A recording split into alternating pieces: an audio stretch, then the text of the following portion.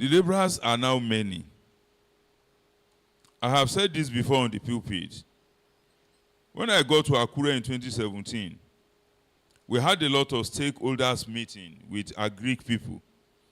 One thing that baffled me was that if there were 35 men in the hall, 30 of them will introduce themselves as pastors. Virtually everybody is a pastor. Let us come back home.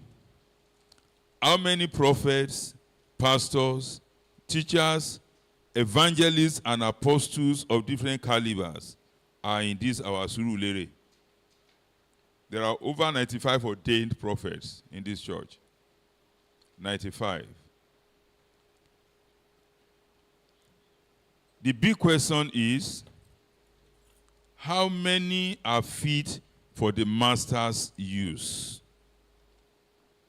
Of all these people, I ask again, how many are fit for the master's use?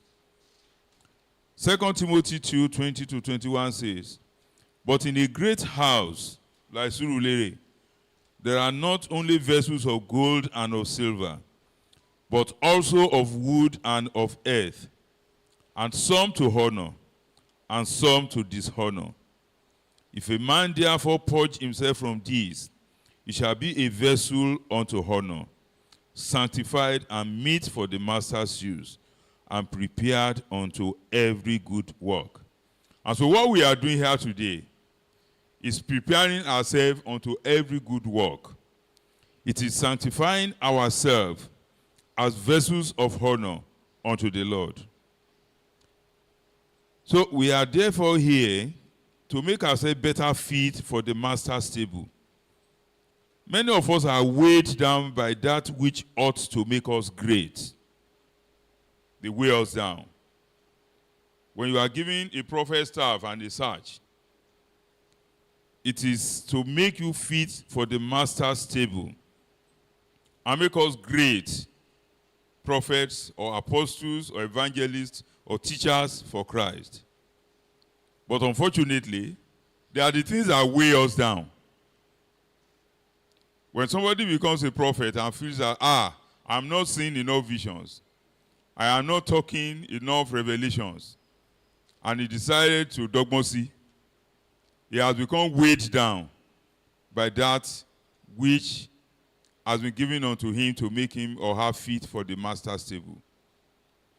When somebody is ordained as a pastor and he feels that, it's like I'm not being used as I ought to be used, or I'm not seen the way, I'm not giving prominence, then he begins to bribe people in the programs department to put him on programs in the church. It happens, I'm telling you authoritatively, here in Surulere, pastors bribe to get assignments. There's a story here. The story was told of a wandering sheep in Australia. It's in this Daily Bread. The sheep was found to be weighed down by more than 75 pounds. That's 34.019 kilograms of filthy mated wool. You can imagine a sheep carrying 34.09 kilograms. The American SEALs, do you know the American SEALs? That's the highest trained soldiers in America. The total weight they carry is 35 kilograms. They are trained to carry 35 kilograms of weight in ammunition, in bombs, in everything, in guns and bullets. That's a very heavy weight for a human being.